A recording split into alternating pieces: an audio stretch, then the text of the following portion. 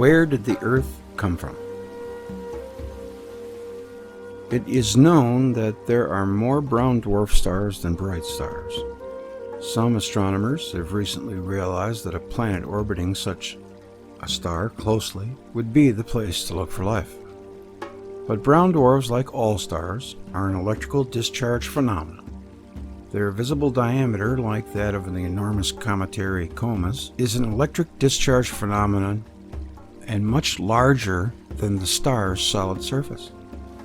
So the fundamental mass-luminosity relation used to derive the mass, age, and size of a star from the character of its light is inapplicable. The electrical nature of stars removes the foundation of stellar astrophysics. However, a binary pair of brown dwarfs has been discovered, which allow the determination of their masses and diameters by another method. The result was that both dwarfs are remarkably large for their masses, about the same diameter as the Sun. That's about the same size as the coma of the comet Holmes. Their masses were said to be 35 to 55 times Jupiter's mass.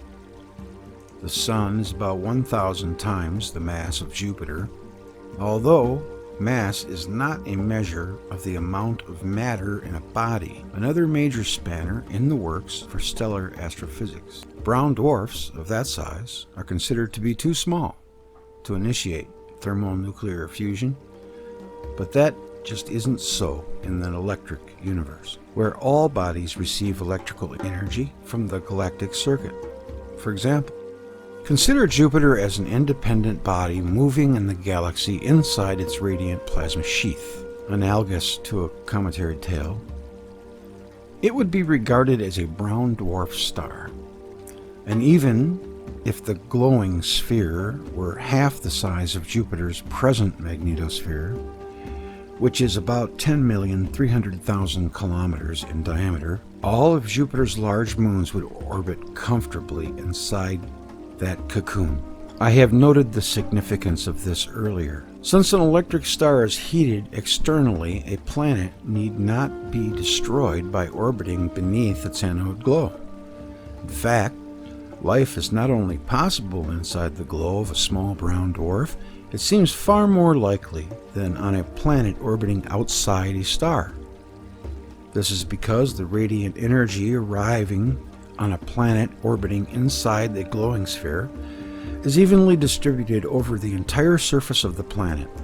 There are no seasons, no tropics, and no ice caps. A planet does not have to rotate. Its axis can point in any direction, and its orbit can be eccentric. Such an arrangement is far more benign toward life than at present, where the energy source, the Sun, subtends a small angle in the sky, and the habitable zone, in parentheses, of orbits is very narrow. In our neighborhood, there may be many more brown dwarfs than Sun-like stars. They are difficult to detect since they glow mostly in infrared. A spectral class of L dwarfs, about 1/10 the mass of the Sun, has been found with an effective temperature of only 700 K to 950 K. About the same as the surface of Venus at 740 K. This is way below the theoretical limit of 1750 K for a nuclear-powered dwarf star, while it is not a problem for the electric star model. The light from the L dwarfs is unaccountably bluer than expected and even exhibits X-rays. Only the electric model has a simple explanation for this conundrum. The higher energy radiation is emitted from the brown dwarf's electrical corona. Therefore, the light bathing a satellite will be strongest at the blue and red ends of the spectrum. Skylight on any satellites would probably be a pale purple. See later the classical purple dawn of creation. Photosynthesis relies on red light, so plant life could flourish, especially when the atmospheres of the L dwarfs contain predominantly water molecules. Satellites would accumulate atmosphere, and water would mist down. Brown dwarfs are noted for their occasional inexplicable polar jets and flaring. As explained in my Electric Stars article, stars that do not have bright, tufted photospheres do not have the power feedback control that maintains the steady radiant output of the sun, while the power input varies, as measured by X-rays and sunspot latitudinal migration. So any power surge on a brown dwarf will be met with polar jets and flaring behavior. We know from coronal mass ejections, CMEs, on the sun that this involves hurling matter into space. Flaring would cause havoc on the satellites of a brown dwarf. In the extreme, it would give birth to a new satellite, but existing satellites would suffer deposition of solids, liquids, gases, and electrical discharge machining on their surfaces. This is a scenario never considered by geologists, but which explains all of the enigmas of planetary geology. Okay, let's assume that brown dwarfs and their satellites are the most hospitable places in the universe to establish life. That implies that the Earth was originally a satellite of a brown dwarf. That would explain many things. For example, where we got our water and oxygen atmosphere, why the high latitudes were so warm in the past that we find coal in Antarctica, how the Earth's gravity and atmosphere in the past could have been so different that it supported megafauna and megaflora, what caused the global mass extinctions with instant burial and fossilization, and so on. But hang on, you say, what about the fact that gravitational capture is highly unlikely? That's true, but this is an electric universe. Each star, being an electrical body in a galactic discharge, will have a plasma sheath that limits the weak electric field between the star and the sheath. It is the sun's heliosphere. The plasma sheath is a double layer, where almost the entire voltage drop between the star and the galaxy will be found. The heliosphere is about 200 AU across. That's a big target. You could fit about 1,300 such targets between the nearest star and us. The size of this electrical target is important because it is the minimum distance at which the electrical insulation between two stars breaks down. I say minimum because the polar circuit of each star extends much, much further.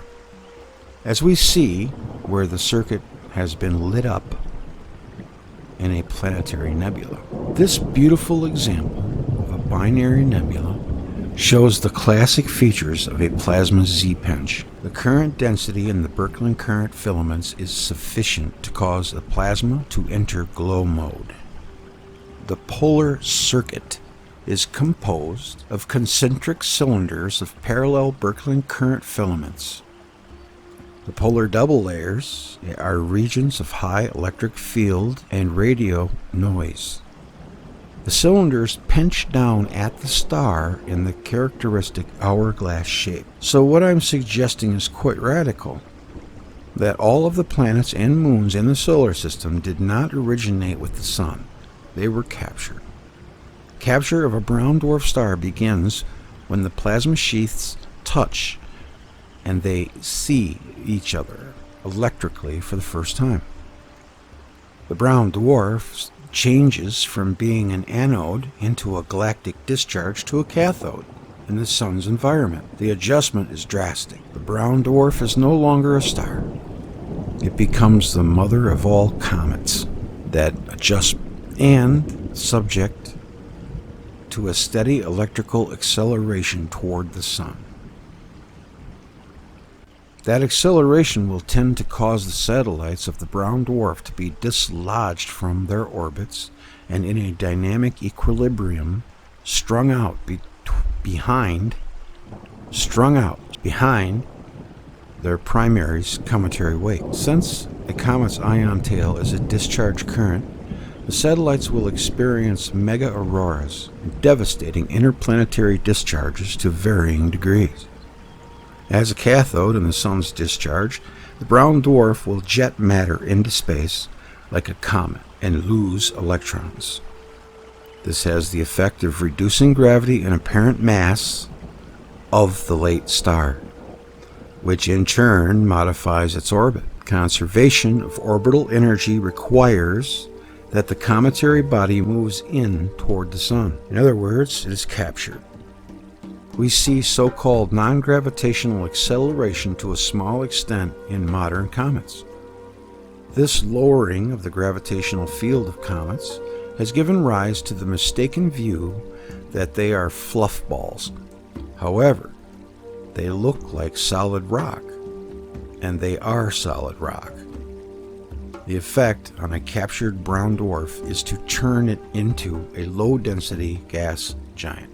As the captured brown dwarf traverses the plane of the ecliptic, it encounters the current sheet of the solar wind that may cause severe flaring and mass loss in the form of a new cometary material. Even today, crossing the ecliptic plane is where comets, even as the captured brown dwarf traverses the plane of the ecliptic, it encounters a current sheet of the solar wind that may cause severe flaring and mass loss in the form of new cometary material. Even today, crossing the ecliptic plane is where comets are most likely to fragment. The enhanced electromagnetic forces encountered in the plane of the ecliptic may cause damped oscillations in and out of the plane until capture is complete.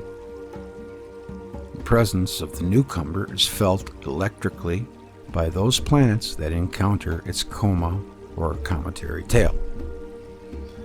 Charge transfer occurs via the filamentary currents in the tail, which serves to space the orbits of both bodies until charge transfer is minimized. Circularization of orbits also occurs due to the charge exchange with the solar wind until the voltage excursions in the sun's weak radial electric field are minimized.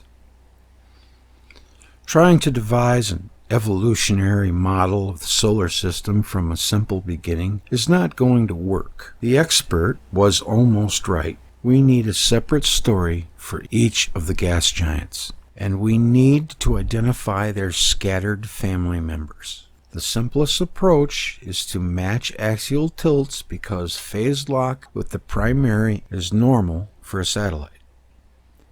And a spinning planet or moon behaves as a gyroscope and largely maintains its axial direction in inertial space, even when disturbed. A disturbance manifests as precession of the spin axis.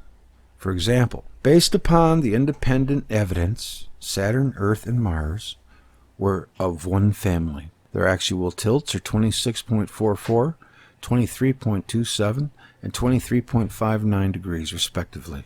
Saturn still has its ephemeral water ice ejecta rings, and its calculated density is the lowest, less than water, a result of its recent severe discharge activity.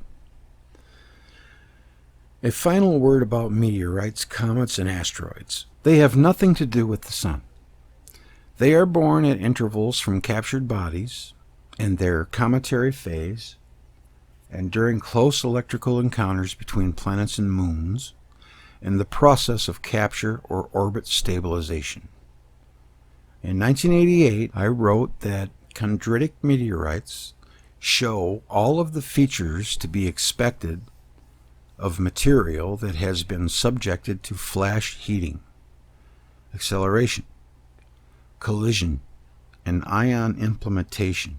Spatially restricted and compressed plasma stream, followed by sudden cooling, isotopic modification by neutron bombardment, and intense radiation are simply explained as the effects of a Z-pinch plasma discharge.